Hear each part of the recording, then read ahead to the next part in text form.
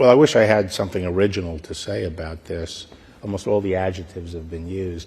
I mean, obviously we have to caveat it. We haven't seen it. We don't know exactly what's there. But judging from the news reports, it's the archetypal abuse of the prosecutorial function to engage in a political hit job, and it's a disgrace if it turns out to be what we think it is.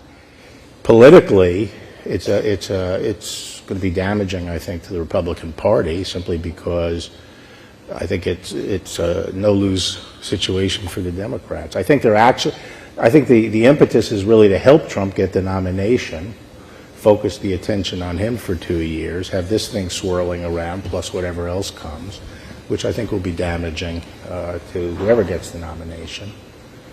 And legally, I think it's from what I understand, it's a pathetically weak case. And I saw some editorialist said something like, well, that's because Bill Barr was there.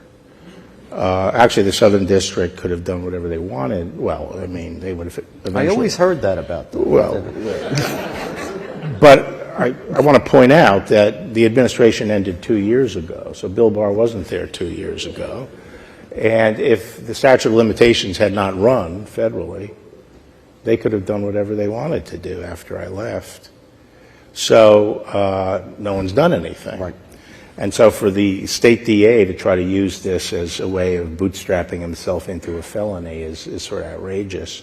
I think the statute covers two different kinds of payments. Something that's a campaign contribution because it augments the campaign resources available to spend on a campaign. That's not what this is. Or the payment of a personal expense that otherwise wouldn't be paid but for the election. The only reason you pay the personal expense is because the pendency of the election. And this was, even as alleged, this was a payment of a personal expense.